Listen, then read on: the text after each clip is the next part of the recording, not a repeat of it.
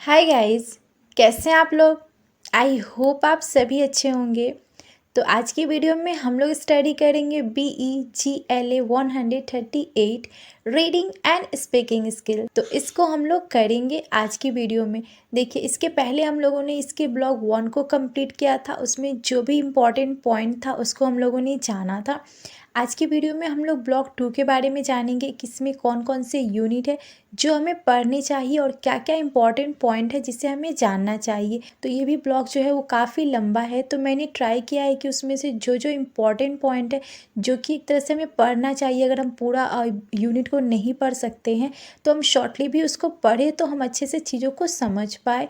तो देखिए, पहले हम लोग टॉपिक को जान लेते हैं कि इस ब्लॉग में हमें कौन कौन से टॉपिक मिलेंगे। तो देखिए, स्पेशली ये जो हमारा ब्लॉग है इसमें हमें अलग अलग टाइप के जो टैक्स होते हैं ना उसी के बारे में जानने को मिलेगा। तो पहला हम लोग देखते हैं जो कि हमारा है एक्सपोजिटरी टैक्स। तो एक्सपोजिटरी जो टैक्स होता है वो क्या होता है उसे हम लोग सबसे पहले जान लेते हैं। तो अब हम लोग बात कर लेते हैं कि एक्सपोजिटरी टैक्स का डेफिनेशन क्या होता है या फिर ये एक्चुअली है क्या, उसे हम लोग जानते हैं।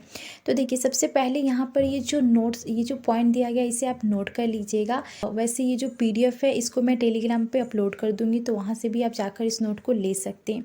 तो देखिए, ये जो एक्सपोजिटरी जो टेक्स्ट होता है ना, तो जैसे यहाँ पर दिया गया है कि non fiction text that give fact and information about a topic.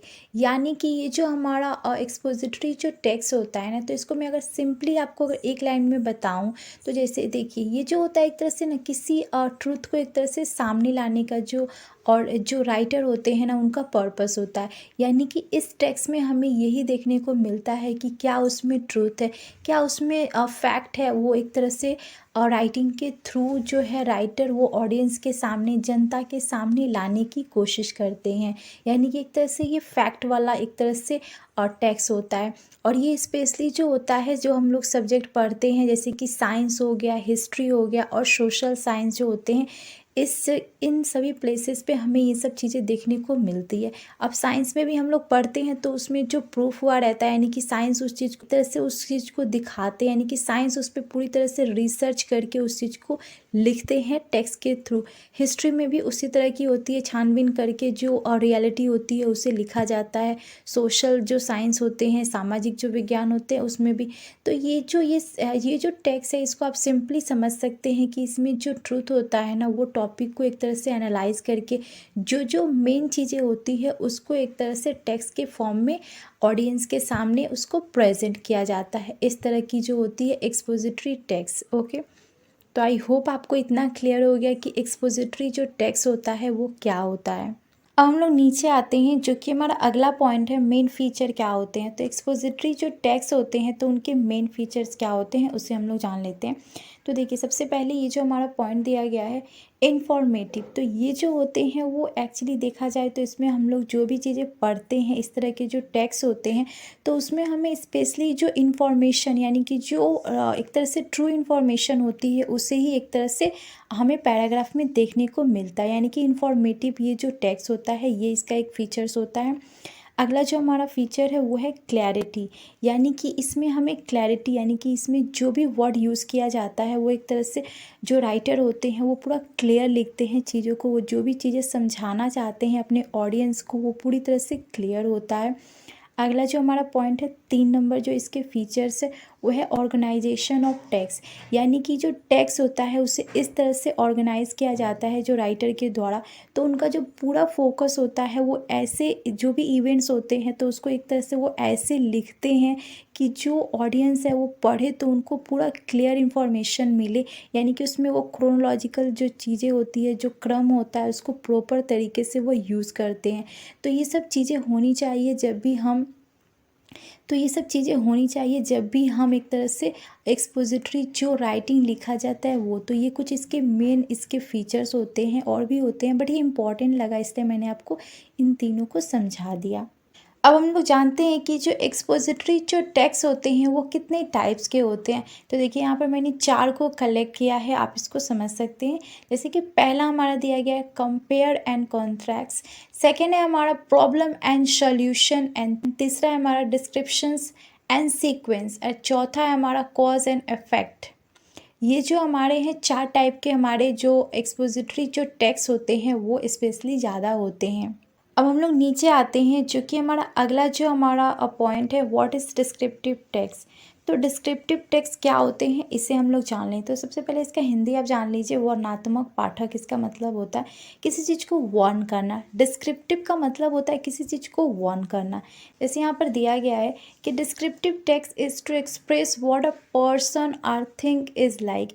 यानी कि जो डिस्क्रिप्टिव जो टेक्स्ट होता है ना, तो इसमें जो टेक्स्ट जो होता है उसमें एक तरह से एक्सप्रेस किया जाता है किसी पर्सन के बारे में, किसी चीज़ के बारे में कि वो कैसा है, यानी कि उसकी पूरी क्वालिटी, उसके गुण क्या है, वो किस टाइप का है, उसको एक तरह से पूरी तरह से एक्सप्रेस किया जाता है, यानी कि एक तरह से उसका वर्णन किया जाता है। और फॉर एग्ज़ाम्पल आपको एक किसी चेयर के बारे में एक तरह से डिस्क्राइब करना है, तो आप कैसे डिस्क्राइब करोगे? तो आप पूरी उसकी बताओगे कि उसके कितने पैर है, या फिर वो कैसा है, उसका कलर क्या है, और भी आप उसको पूरा अच्छे से डिस्क्राइब करोगे, यानी कि उसकी पूरी एक तरह से आप उसका पूरा एक वर्णन करोगे, पूरी उसकी क्वालिटी को आप एक तरह से एक्सप्रेस करोगे। तो वही चीज़ एक पर्सन में भी होती है कि हम किसी पर्सन के बारे में जब बात करते हैं तो पूरा चीज़ को हम लोग बताते हैं, यानी कि पूरी क्वालिटी को पूरी एक तरह से अच्छे से हम लोग एक्सप्लेन करते हैं। अब आगे हम लोग देखते हैं कि डिस्क्रिप्टिव टेक्स्ट जो होते हैं वो कितने टाइप्स के होते हैं, उसे हम लोग जान लेते हैं। तो देखिए, वैसे तो डिस्क्रिप्टिव टाइप बहुत टाइप्स के होते हैं, बट मैंने कुछ को यहाँ पर आपको समझाने के लिए लिया है। जैसा कि पहला है कि राइटिंग अबाउट अ पर्सन, यानी कि डिस्क्रिप्टिव जो टेक्स्ट होते हैं तो आप किसी पर्सन के बारे में भी, उसकी पूरी चीज़ों के बारे में आप एक तरह से उसमें डिस्क्रिप्टिव यानी कि उसका वर्णन कर सकते हैं, तो ये भी एक तरह से टेक्स्ट हो सकता है। दूसरा है हमारा राइटिंग अबाउट एन ऑब्जेक्ट, यानी कि किसी वस्तु के बारे में, किसी सामान के बारे में भी आप एक तरह से डिस्क्रिप्टिव राइटिंग कर सकते हैं, टेक्स्ट आप लिख सकते हैं। अगला जो है हमारा राइटिंग अबाउट अ प्लेस, आप किसी प्लेस पे अगर विजिटिंग करने जाते हैं तो उसके बारे में आप लिख सकते हैं कि वो प्लेस कैसा है, वहाँ पर क्या क्या चीज़ें हैं। इस तरह से आप एक तरह से डिस्क्रिप्टिव टेक्स्ट जो है वो आप लिख सकते हैं। अगला जो हमारा है कि राइटिंग अबाउट वन सेल्फ, यानी कि आप किसी एक के बारे में या फिर अपने बारे में आप लिख सकते हैं, अपने यानी कि आप एक तरह से कैसे इंसान हैं आप अपने बारे में भी लिख सकते हैं, जैसे कि एक डायरी होती है उस तरह से आप लिख सकते हो अपने बारे में। अगला जो हमारा है कि राइटिंग अबाउट पोएम, अगर आप किसी पोएम के बारे में अगर सोच रहे हो, आप एक तरह से अपने माइंड में किसी न्यू आइडिया को लिए हो पोएम से रिलेटेड, तो आप उसको भी एक तरह से डिस्क्राइब कर सकते हो, उसको भी आप एक तरह से अपने टेक्स्ट के थ्रू उसको आप प्रेजेंट कर सकते हो और लोगों तक पहुंचा सकते हो।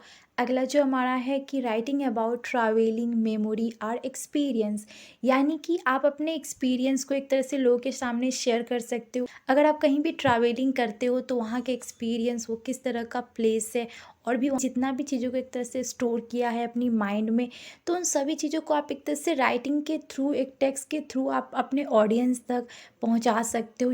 अगला जो हमारा पॉइंट है राइटिंग अबाउट नेचर, आप किसी नेचर के बारे में भी लिख सकते हो। मतलब जैसे होता है ना कि हम लोग समटाइम कहीं जाते हैं तो नेचर को देखकर एक तरह से हम अलग ही एक तरह से खो जाते हैं, तो उस एक्सपीरियंस को आप लिख सकते हो, कितना ब्यूटीफुल है, इस तरह के। तो ये जो डिस्क्रिप्टिव राइटिंग होती है वो इतने टाइप्स के होते हैं, तो आप इन सभी को यूज़ कर सकते हैं। तो अगर आप डिस्क्रिप्टिव टेक्स्ट आए कि कितने टाइप्स के होते हैं, तो आप इन सभी के बारे में अच्छे से पूरा डिटेल में लिख सकते हैं, एग्जाम्पल भी आप लिख सकते हैं। तो इतने टाइप्स के हमारे डिस्क्रिप्टिव जो टेक्स्ट होते हैं वो होते हैं। अब हम लोग नीचे आते हैं, तो अगला जो हमारा पॉइंट है what is narrative text. Narrative जो टेक्स्ट होते हैं वो क्या होते हैं।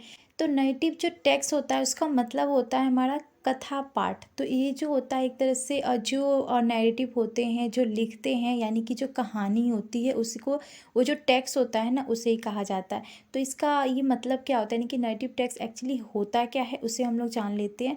तो जैसा कि यहाँ पर दिया गया है कि narrative text is the text which tell about story or past event from the beginning to the end. यानी कि जो नरेटिव होते हैं, यानी कि जो ऑथर होते हैं, जो राइटर होते हैं, तो वो जो चीज़ें लिखते हैं, वो जो टेक्स्ट होता है ना, तो उसको एक तरह से वो एक तरह क्या दिखाते हैं, स्टार्टिंग में बिगिनिंग का दिखाते हैं कि शुरुआती कहानी क्या है, फिर बीच में का स्टोरी क्या है, और फिर जो लास्ट में जो स्टोरी है वो क्या है। यानी कि एक तरह से पूरी तरह से वो चीज़ों को एक तरह से ऐसे एक्सप्रेस करते हैं कि लोग जो कहानी को पढ़े तो उनको अच्छा लगे और उनको कहानी जो है समझ में आए। यानी कि ये स्पेशली जो होता है एक तरह से स्टोरी टेलिंग टाइप का ये जो टेक्स्ट होता है वो होता है। अगर आप स्टोरी पढ़ते हो तो उसमें जो लिखा रहता है ना जो टेक्स्ट, उसे ही आप बोल सकते हो कि नरेटिव टेक्स्ट। ठीक है, अब यहाँ पर एक एग्जाम्पल दिया गया है जिसे आप देख सकते हैं कि यहाँ पर एक एग्जाम्पल दिया है फेरी का, यानी कि जो परियों की कहानी होती है तो उसमें जो स्ट्रक्चर जो और नैरेटिव जो होते हैं वो जो यूज़ करते हैं तो वो ऐसे यूज़ करते हैं कि जो लोग जो है ना वो पढ़े तो उनको एक तरह से ना उसमें जो भी चीज़ें हैं वो कहानी के फॉर्मेट में उनके माइंड में रहे, यानी कि एक अच्छा लुक दे। इस तरह से वो चीज़ों को एक तरह से स्टार्टिंग करते हैं, उसमें जो जो स्ट्रैटेजी होता है वो यूज़ करते हैं कि लोगों को एक तरह से अच्छा लगे और बहुत टाइम तक वो चीज़ें याद रहे। बिकॉज़ देखिए, हम अगर किसी चीज़ को स्टोरी के फॉर्म में अगर हम समझते हैं तो हम बहुत जल्दी समझ जाते हैं और लंबे टाइम तक वो हमारे दिमाग में भी रहता है। तो हम लोग ट्राई करते हैं कि किसी भी चीज़ को हम अगर स्टोरी के फॉर्म में समझते हैं तो बहुत अच्छा होता है। हम लोग स्टडी भी करते हैं तो हम लोग समटाइम क्या करते हैं कि स्टोरी के फॉर्म में उस चीज़ को याद करने की कोशिश करते हैं। तो वही चीज़ें होती है नैरेटिव टेक्स्ट में भी, जो राइटर का जो पर्पस होता है वो इसी तरह से लोगों तक वो अपनी जानकारी को पहुंचाना चाहते हैं या फिर वो एक तरह से नॉलेज देना चाहते हैं। तो इसमें बस वही होता है कि जो नाइटर के द्वारा जो स्टोरी टेलिंग की जाती है वही चीज़ें होती है। अब आगे हम लोग देखते हैं जो कि है नैरेटिव जो राइटिंग होती है, जो टेक्स्ट होता है तो उसके फीचर्स क्या होते हैं, क्या इंपॉर्टेंट उसके फीचर्स होते हैं। तो देखिए, कोई भी जब नैरेटिव लिखे जाते हैं यानी कि जो भी राइटर किसी कहानी को अगर लिखते हैं तो उसमें क्या क्या चीज़ें होती है जो बहुत ज़्यादा इंपॉर्टेंट होती है और उसके बिना कहानी अधूरी होती है या फिर बन भी नहीं सकती है। तो सबसे पहले जो होता है कहानी में आप देखते होंगे उसकी सेटिंग, यानी कि कौन से प्लेस पे उसे लिखा गया है, कहाँ के चीज़ों को दिखाया गया, यानी कि सेटिंग होना बहुत ज़्यादा ज़रूरी होता है। अगला जो है कैरेक्टर होना चाहिए, यानी कि अगर आप कोई राइटिंग कर रहे हो, लाइक कोई स्टोरी आप लिख रहे हो तो आपको कैरेक्टर भी आपको पहले से डिसाइड करना पड़ता है। फिर से आपको कॉन्फ्लिक्ट होना चाहिए, यानी कि उसमें चीज़ें जो है वो किस तरह से होनी चाहिए, क्या क्या उसमें ट्विस्ट वगैरह होनी चाहिए वो सब चीज़ें। फिर से प्लॉट होनी चाहिए, यानी कि एक तरह से उस समय का जो एक तरह से उसमें समय का जो क्रम है वो कैसे है उस चीज़ को आपको दिखाना पड़ता है।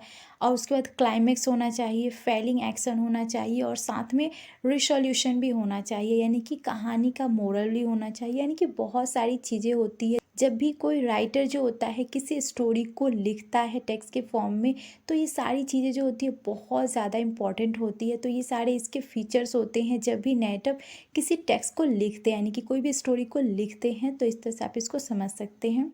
अब हम लोग नीचे आते हैं, अगला जो हमारा पॉइंट है व्हाट इज़ आर्ग्यूमेंटिव टेक्स्ट, यानी कि जो आर्ग्यूमेंटिव जो टेक्स्ट होते हैं वो किस टाइप की राइटिंग होती है या टेक्स्ट होते हैं।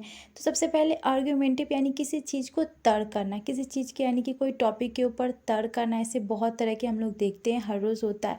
तो जैसे यहाँ पर दिया गया है पॉइंट के थ्रू हम लोग समझते हैं कि जो आर्ग्यूमेंट जो टेक्स्ट होते हैं ना, तो जो राइटर जो टेक्स्ट को लिखते हैं इस टाइप की जो राइटिंग होती है तो उनका एक तरह से मेन पर्पस जो होता है वो किसी टॉपिक को लेकर एक तरह से तर्क करते हैं। दो लोगों के बीच में किसी पॉइंट को लेकर एक तरह से तर्क होता है, कोई सब्जेक्ट हो सकता है, कोई इशू हो सकता है, कुछ भी हो सकता है।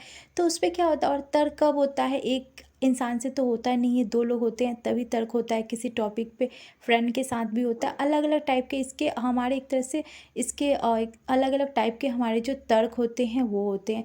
तो ये जो होता है एक तरह से तर्कपूर्ण जो टेक्स्ट होता है जो राइटर लिखते हैं किसी विषय पे। न्यूज़ में आप बहुत तरह के देखते होंगे कि हर रोज़ कितने तर्क होते हैं लोगों के बीच में, अलग अलग विषय को लेकर, अलग अलग टॉपिक को लेकर हर रोज़ ही होता है। तो उसे हम लोग एक तरह से आर्गुमेंटिव टेक्स्ट बोलते हैं, यानी कि तर्क के संग जो चीज़ किया जाता है।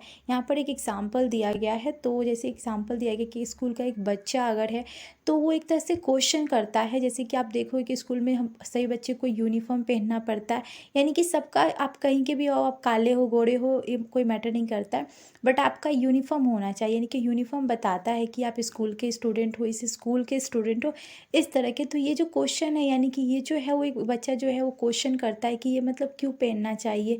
तो इस तरह का जो तर्क होता है ना किसी टॉपिक को लेकर, जो बच्चा भी करता है, हर कोई करता है, स्पेशली बच्चे लोग ज़्यादा क्वेश्चन करते हैं। तो किसी चीज़ को लेकर, किसी टॉपिक को लेकर जब हम उस पर एक तरह से तर्क करते हैं ना, तो उसे हम लोग एक तरह से टेक्स्ट के रूप में भी लिखा जाता है इसको, तो उसे हम लोग कहते हैं एक तरह से आर्ग्यूमेंटिव टेक्स्ट। तो देखिए अब हम लोग जानते हैं कि कितने टाइप्स के होते हैं। तो जैसे कि ये भी बहुत टाइप्स के होते हैं, जैसे कि यहाँ पर आप देख सकते हो परस्यूबिस रिसर्च जो होते हैं, परस्यूबिस एसेस होते हैं, रिसर्च एसेस होते हैं, एनालिसिक एसेस होते हैं और पर्सनल एसेस भी होते हैं। इस तरह के कुछ इसके एग्जाम्पल है जो कि आर्ग्यूमेंटिव टेक्स्ट में हमें देखने को मिलते हैं। अब अगले पॉइंट पे हम लोग आते हैं, जो कि हमारा 5 नंबर जो है टेक्स्ट किस टाइप का होता है उसे हम लोग जान लेते हैं।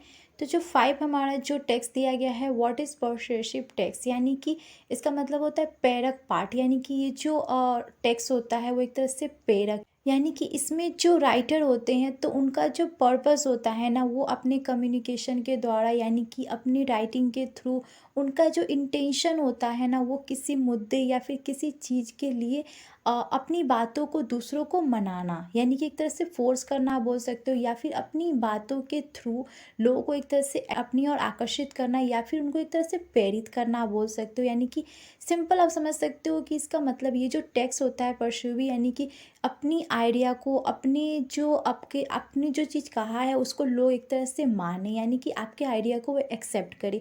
यानी कि हम लोग बोलते हैं ना किसी चीज़ को अपनी मतलब तोड़ मरोड़ के एक तरह से अपनी बातों को मनवाना, ये हम लोग जो कहते हैं। स्पेशली ये चीज़ हमें बच्चे लोग में देखने को मिलती है। जो छोटे बच्चे होते हैं किसी चीज़ को लेकर वो अगर ज़िद करते हैं तो वो एक तरह से मनाते हैं अपने पेरेंट्स को, किसी को भी एक तरह से बोलते हैं कि मुझे ये चीज़ चाहिए, तो उसके लिए वो कितना कुछ करते हैं, रोते हैं और पता नहीं कितना कुछ करते हैं, यानी कि अपनी बातों को वो मनाते हैं।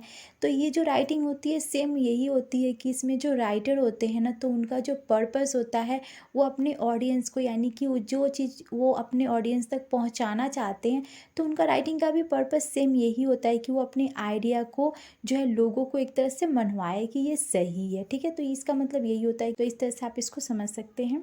अब नीचे हम लोग देखते हैं कि ये जो परस्यूवी जो टैक्स होते हैं वो कितने टाइप्स के होते हैं, उससे हम लोग देख लेते हैं। तो ये भी देखिए बहुत टाइप्स के होते हैं, बट यहाँ पर कुछ इंपॉर्टेंट जो है उसको मैं आपको समझा दे रही हूँ।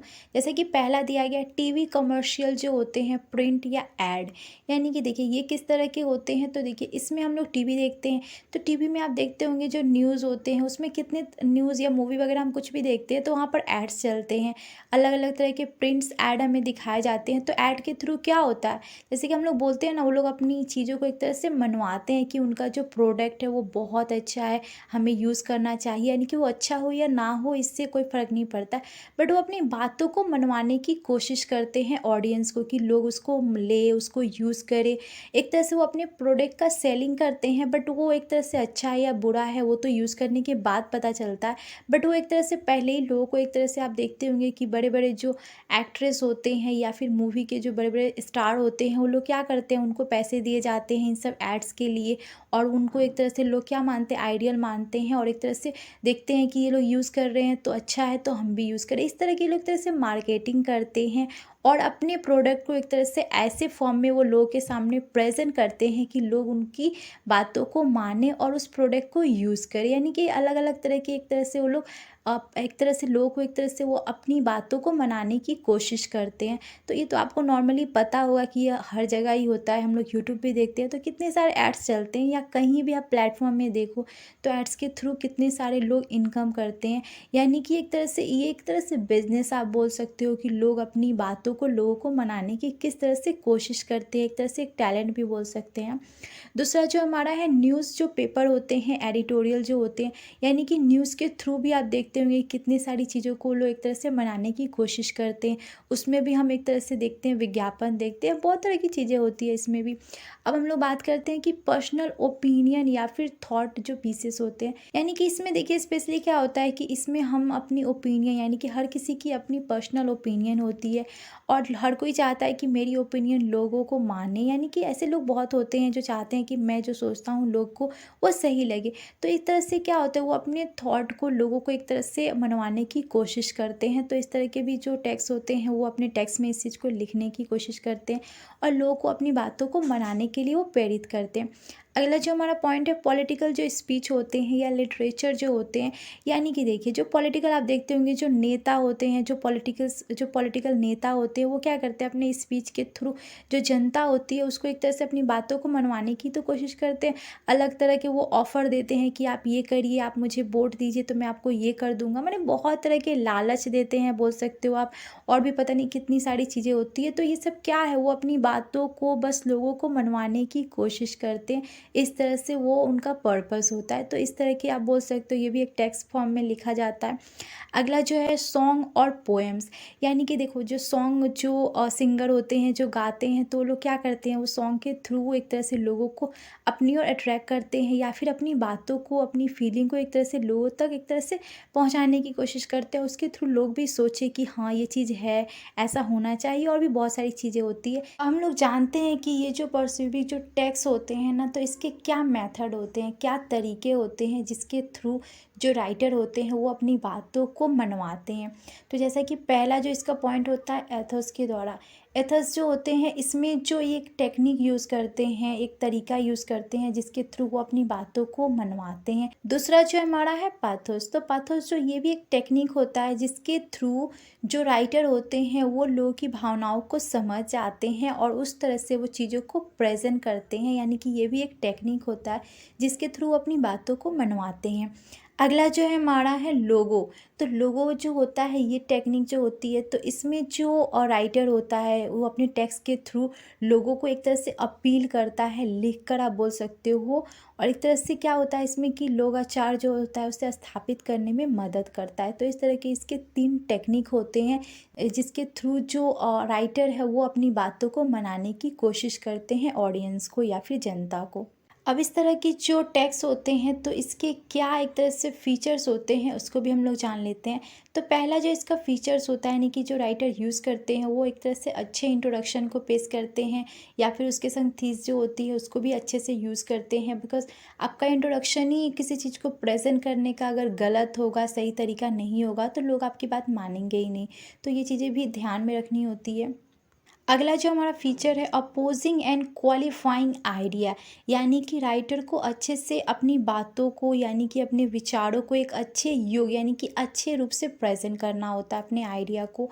अगला जो हमारा पॉइंट है strong evidence in support of claim, यानी कि अगर आप किसी चीज़ को प्रेजेंट करते हो, कोई क्लेम आप किसी पे देते हो, तो उसके लिए आपको अच्छा यानी कि एकदम पक्का सबूत होना चाहिए, तभी लोग आपकी बातों को मानेंगे। नहीं तो आपको एक तरह से मानेंगे नहीं, आपको उनको लगेगा कि आप झूठ बोल रहे हो। तो आपके पास अच्छा और एक बहुत ही पक्का सबूत होना चाहिए कि लोग आपकी बातों को वैल्यू करें। अगला जो हमारा पॉइंट है style and tone of language, यानी कि आपके बोलने का क्या स्टाइल है, क्या टोन है, वो चीज़ें भी बहुत ज़्यादा डिपेंड करती है और बहुत ज़्यादा इंपॉर्टेंट भी होती है कि आप किस स्टाइल से, किस टोन से बातों को प्रेजेंट कर रहे हो कि लोग उसको समझ रहे हैं। तो ये चीज़ें भी बहुत ज़्यादा इंपॉर्टेंट होती है। अगला जो हमारा पॉइंट है अ कंपेलिंग कंक्लूज़न, यानी कि आप जो बातें प्रेजेंट कर रहे हो तो उसका कुछ निष्कर्ष भी है, या फिर आप बस ऐसी ही बातों को बोल रहे हो, यानी कि उसका क्या रिजल्ट है, क्या उसका वैल्यू है, वो सब चीज़ें भी बहुत ज़्यादा इंपॉर्टेंट होती है।